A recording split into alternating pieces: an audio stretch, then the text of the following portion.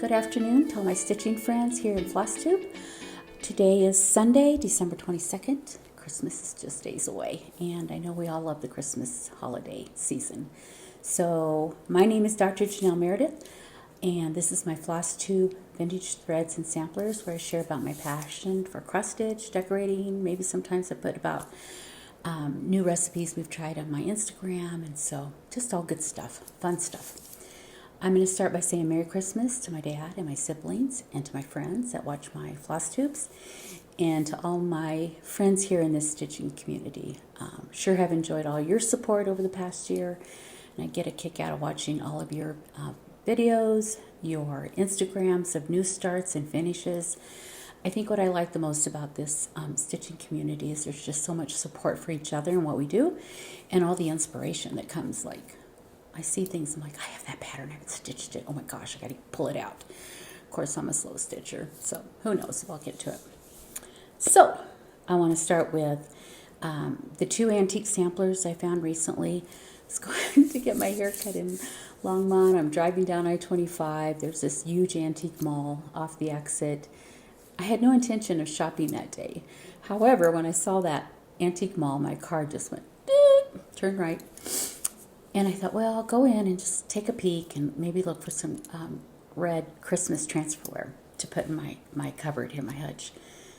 Nope, didn't find any. But what I did find was that really pretty green Tree of Life sampler. Stitched in 1976. It came from Christchurch, New Zealand. And the stitcher has a little message on the back of it for whoever they gifted it to. So I think it's beautiful. I brought it home and we put it in that black decorative frame. And I'll have to figure out where to hang it after Christmas, where I'm going to put it. And then the second one I found was that little small one. The glass is kind of keeping you from seeing it. I'll put some pictures on Instagram of both of these. The tag said Antique Swedish Sampler, and it's dated 1959. You can see all the Christmas motifs on there. So that was a real treasure. I had to get that one. I had to rescue both of those.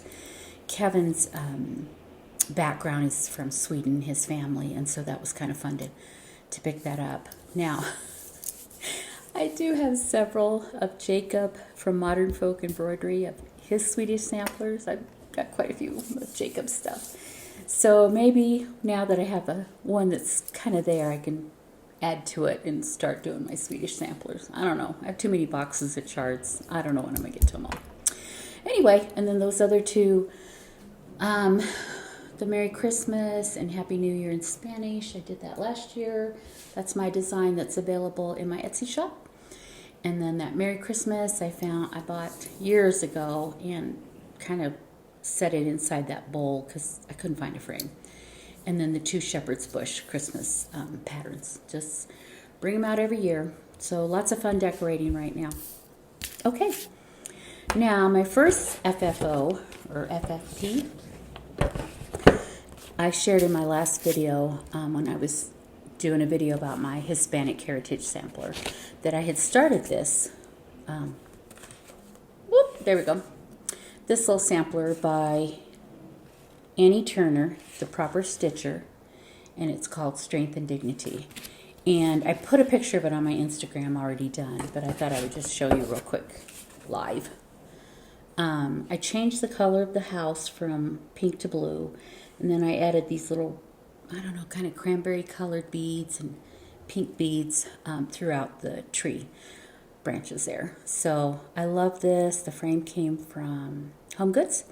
It's 46 count linen that I kind of lightly tea-dyed, not real heavy. And I thought it turned out perfect. It sits in my office. Thank you, Annie. What a beautiful pattern. Fun to stitch too, and kind of get creative with the beads. Then my next project is my sampler called No Spilling the Tea.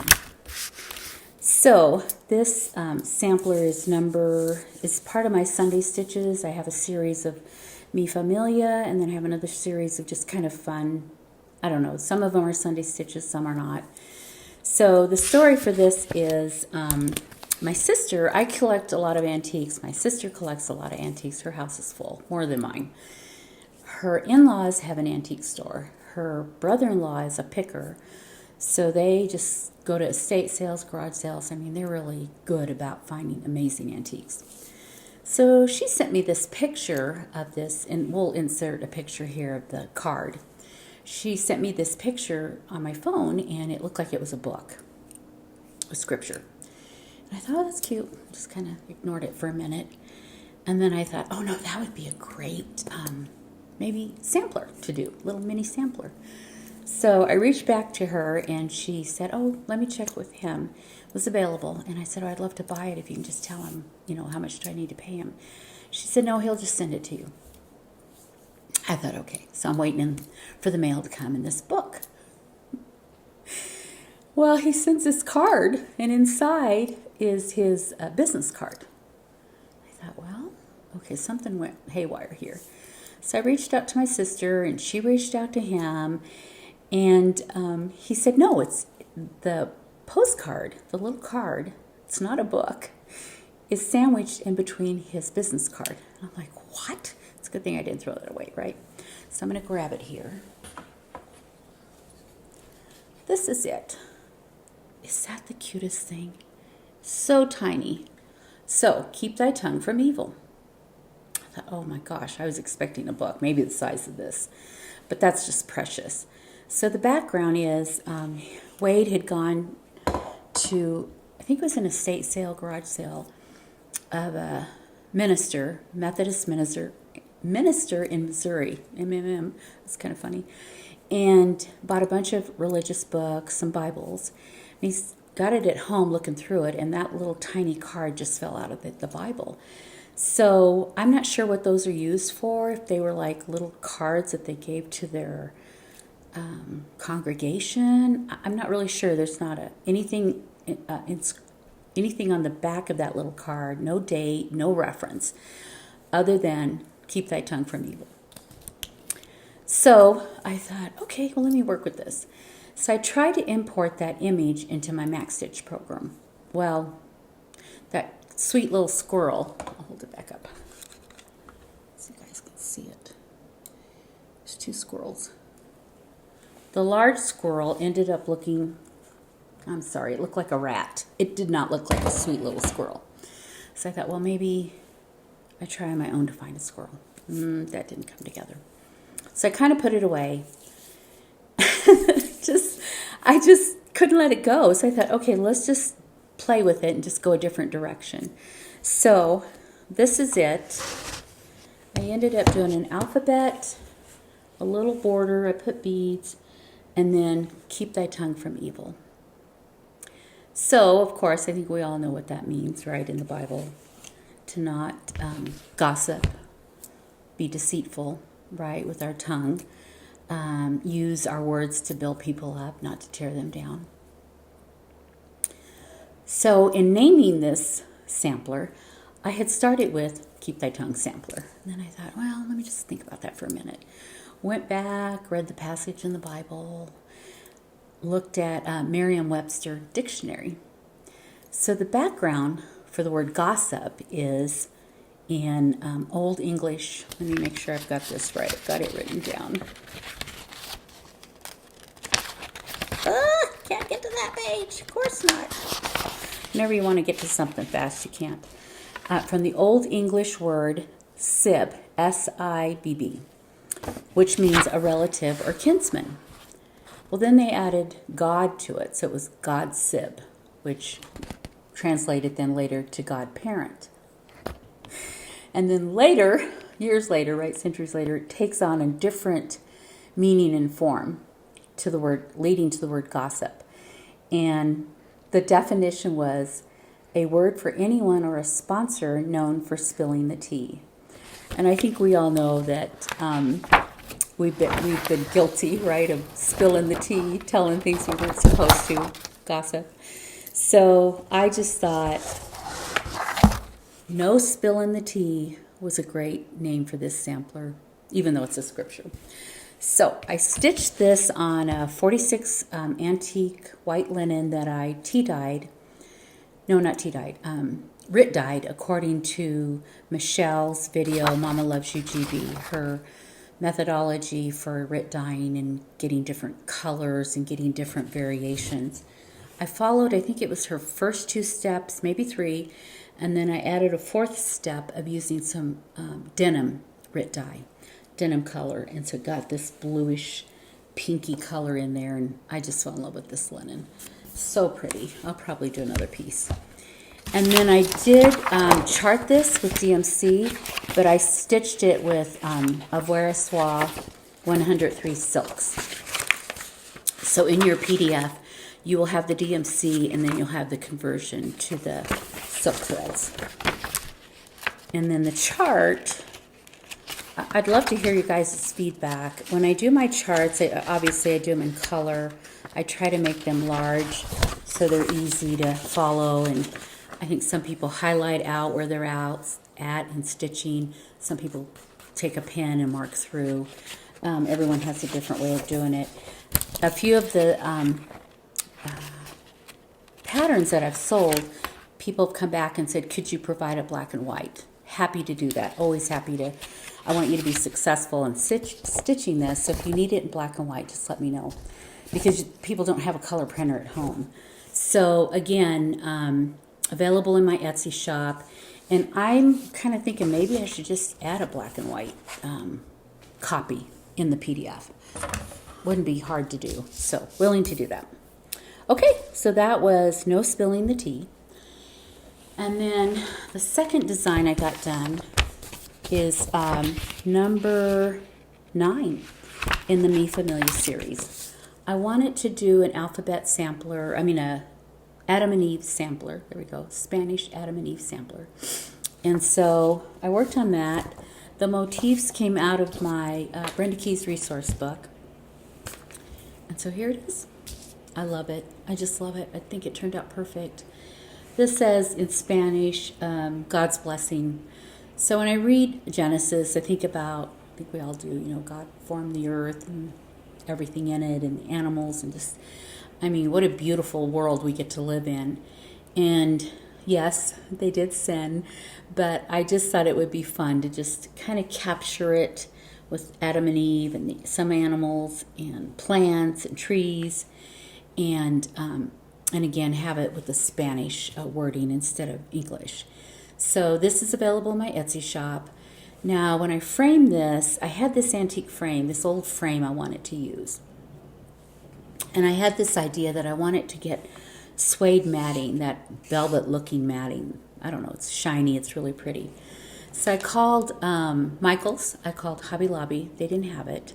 So I ended up going to a framing shop in Louisville, up here not far from us. And very nice people at that frame shop, and I'll list them in my video highlights. Because I think it was Creative Framery. And the gentleman helped me. I took all this in, and he said, no, I think you want linen mat. So he picked up this linen, this brown. It was perfect. Very, very happy with how this turned out. And so I think I have 4 Adam and Eves already that I've stitched and framed.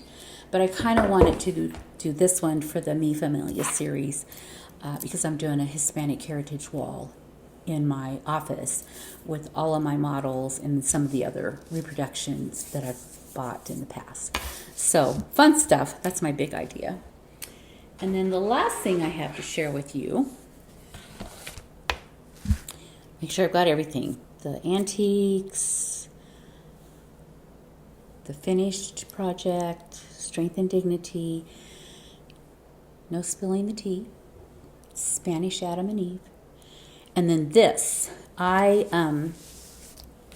did this design, God loveth a cheerful giver, out of 2 Corinthians.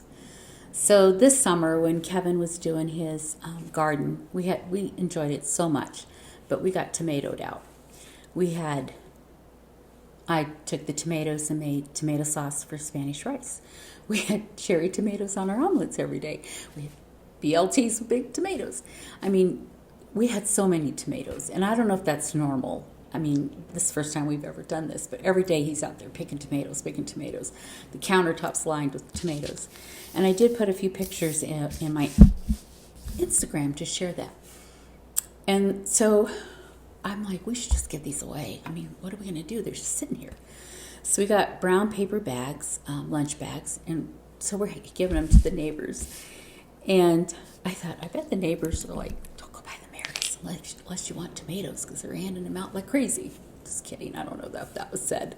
But one of our neighbors did send us a picture of a meal they made with them. They were really happy to get the tomatoes. So tomatoes, here we go. So in all of this, I thought, Kevin, he's such a giver anyway. But I just thought, God loveth a cheerful giver. Good job, Meredith. Good job on your farming. Good job on giving away all your produce that you're having, the green peppers. The corn didn't go so well, and neither did the melon. So, but he's going to give it a try again. And he's missing it. He's missing the farming. So I did this design in honor of Kevin. And so I told him about it, and he said, oh, well, no, you should say, God loveth a cheerful grower. No, it's a giver. So anyway, fun. I can't wait to start this. This will be available in my Etsy shop as a free design for anyone that wants to go in and get it. I'm going to stitch it on this Salt Bush is the name of this linen by Box and Rabbit. And then I have these Leo and Roxy Floss colors. Let me just see if I can hold this up without it getting wonky. So one idea I have is either stitch it all monochromatic in this dark green and just the green and the gold. And then another thought was do the lighter green on top, the medium colored green here, and then the dark green here for the scripture. Or flip it the other way. I don't know. I'm going to start it tonight. I can't wait to start it and kind of play and just see how these, what I might do is do a band of each of these colors here on the edges and see how they look on the linen, and then decide how I'm going to do each row. So very fun. It'll be fun. I get to keep it even though it's for Kevin. So anyway, thanks to all of you for watching my video. I want to say thank you to my subscribers. Hope you enjoy the content. I probably won't be back for a few months. I'm going to do this over the holidays into the new year. I should get it done. And then I'll start on my grandparents' Colorado homestead sampler in honor of them. It's very, very pretty. I can't wait to start it. And I think I'm really glad that it's taking me time to get to each one because I've learned so much. Now, I haven't stitched with silk 103s until I did these two projects with 103s. Oh, I forgot to say in the Spanish Adam and Eve, it's charted in DMC, but I did add the conversion for all the silks. And then 46 count. I've always done 36. I don't know that I've done anything on 40. So now doing 46, I'm like, oh, how come I've never done 46? This isn't so bad. This isn't so hard. And then the silk threads. So I do have the silk threads for my Colorado homestead of my grandparents. And I have 36 linen, tea-dyed, coffee stained. But I may go smaller. I'm just going to play with it. So I have time to think about it. Oh, the other thing I wanted to share with you, I forgot. When I took this in to be framed, the owner came over and was watching or observing the gentleman helping me with the mats, and she wanted to help too. Everyone's like, we've got everything all laid out.